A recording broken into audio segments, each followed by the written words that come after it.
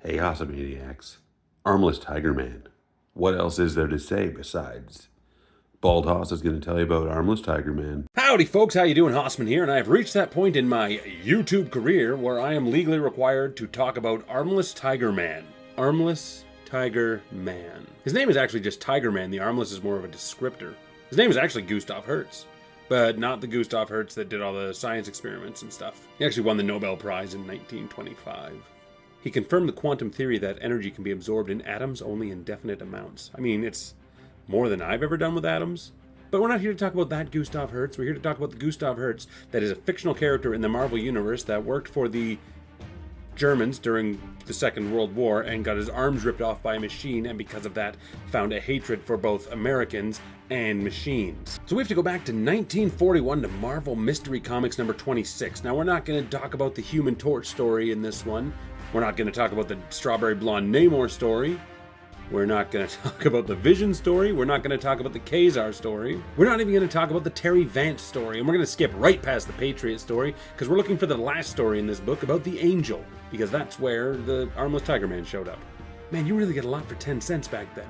The Angel was Thomas Holloway, and he was a private detective who turned into a crime fighter. He was a lot like Batman, except he had a magical cape, and he didn't really look like Batman, but he was just basically a crime fighter. One of many that Marvel had created back in the days of the war. Timely comics. Essentially, he was just a costume crime fighter who usually did not go overseas, although he did sometimes go overseas. He generally stayed in America and fought the bad guys that were coming here, and Armless Tiger Man was one of those cases. It's a story from the 40s, so it is weird. The Tiger Man is in America because he wants to destroy some factories that are making stuff, obviously, stop the war effort here. He kills a guy that gives him some information, and then the Angel gets word of the murder, and he's looking into that. And he actually tracks the Tiger Man down due to his taste in German wine, because everybody's like, well, you can't get that German wine here. We don't trade with Germany right now. And he's like, bah, I guess I want that wine. So that's what gets him onto the Angel's radar. And then he beats the Angel up and runs away. But then Angel goes to the factory and beats him up. And once he has him captured, that's where the real important part of the story comes. It's generic. It's actually quite good for the time. Some of it's quite interesting. But he catches the Tiger Man, and Tiger Man's like, hey, so do you want to know my origin? And he's like, yeah, I guess we got time while the cops are coming. So...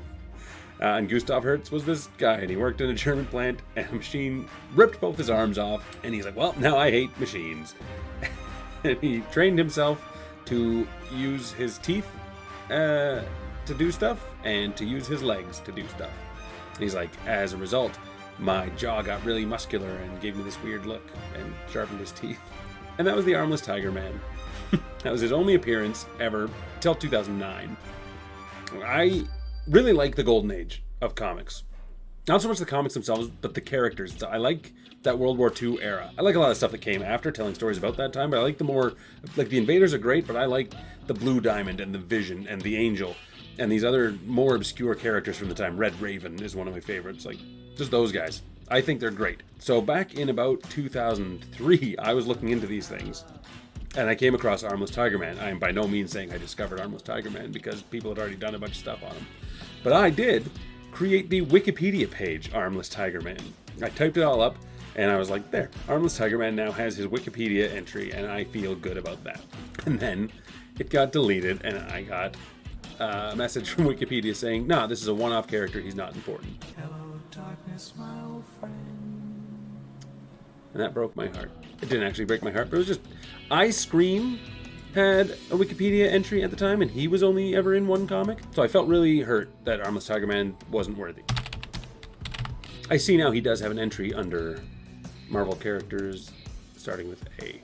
Paul Gustafson is the one that created the Tiger Man. I guess it's worth noting. He wrote, drew, inked, and lettered that segment of the issue. So yeah, he did pretty much the entire creation of Armless Tiger Man. So not quite 70 years and one failed Wikipedia page later, Armless Tiger Man did show up again in Greg Pak's Incredible Hercules. Issue number 129, I believe, and he stuck around for a couple of issues, did nothing of consequence, but Hercules and Amadeus Cho had to die to go to Hades to save Zeus. And we got to see a whole bunch of dead characters playing in this casino where they were trying to win their freedom back to go back to life, because they were kind of acknowledging that people don't die for long, they come back to life. There's Blink, look at that. And Hades had this whole army of dead bad guys up, Baron Zemo, Jackal, Jack-o'-lantern, Orca, and Armless Tiger Man. And they fought with Hercules, and like I said, nothing really happened. After a few issues, I guess Hades had promised them their freedom, but they didn't get it, so they turned on him and stuff. But it was just really a nice surprise to see Armless Tiger Man thrown in there. But now you're probably wondering, if Armless Tiger Man was captured in 1941, but then in Hades in 2009, what happened? How did he die? Because it wasn't old age, because he's a young man while he's in Hades. That question would be answered by Reginald Hudlin the next year in 2010, when he wrote an amazing miniseries called Captain America Black Panther, The Flags of Our Fathers. It was actually a really great World War II story that I hadn't read until I started researching this video. And essentially, Red Skull wants to go to Wakanda during World War II. So Captain America, along with Nick Fury and the Howling Commandos, go to save the day, to help save the day. The Wakandans do a lot of the heavy lifting. But Red Skull and Baron Strucker took with them Mastermind, Warrior Woman, and Armless Tiger Man. And while a lot of the battle is taking place over here, and there's a huge fight going on with most of the characters, Armless Tiger Man sneaks off and he's doing his own little subterfuge thing over here, and he's actually going to kill T'Chaka as a boy, who is Black Panther T'Challa's father. And Armless Tiger Man's like, got him, and he's like, I'm gonna bite this kid's neck right off, because I'm also a cannibal. But Gabe Jones, one of the Howling Commandos, comes in and shoots Armless Tiger Man right in the head, and you see his brains spilled out and everything. So that definitively answers how and when Armless Tiger Man died. And a little fun fact, around this time there was a game on Facebook called Marvel Avengers Alliance. I really liked it, I played it a lot, probably more than I should have. And they're releasing like a second season, as it were, with a bunch of villains. And then they did this Days of Future Past homage cover with Armless Tiger Man like front and center on the cover, and that kind of just blew my mind. I was like, somebody really dug deep into the obscure, because he wasn't featured in the game or anything. He was just on this one piece of artwork for it. But really, that is a big swing. I bet you a lot of people, actually I know for a fact a lot of people said like, what? Who is this? But that was the last time Armless Tiger Man showed up. Until 2019. Frank Thierry, John Cirilli, and Jacob Chabot gave us Ziggy Pig and Silly Seal, a one-shot. Ziggy Pig and Silly Seal. Ziggy Pig and Silly Seal were characters also from the 40s in this weird, wacky, like just, they were funnies. They weren't part of the superhero books. They were like the Bugs Bunny stuff, as it were. Not quite. Back in the day, there were a lot of comics about talking animals, and they were funny. Ah, ha, ha, ha. So that's what this was. This was just a throwback to those days, although it's actually a really fun read. Obviously, I question the canonicity of this book, whether it fits into the canon or not, because there are talking animals, but at the same time, Howard the Duck is fully canon, so I can accept this.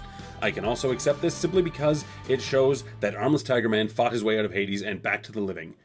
At one point, the characters visit the alley behind a closed-down laundromat Comic-Con. There's a lot of stuff seen in the background, a lot of fun jokes there, but in one particular panel, behind Method Man, Armless Tiger Man has a booth where he is, I guess, signing autographs with his feet. But he's alive. So there's that. Those 7 issues comprise the entire history of Armless Tiger Man. I am not the first YouTuber to do about it, but maybe I'm the first one that you've seen talk about Armless Tiger Man. Because, I don't know, I just think the design is great. I would love to do a cosplay, but I'm not that committed. But I would love a Marvel Legend action figure of him. I forgot to record an outro, so here I am. If you enjoyed this, please like it. That really does help this whole thing grow, I guess. Share it with people that you want to know about Armless Tiger Man. Or subscribe for more. There's more coming. Bye.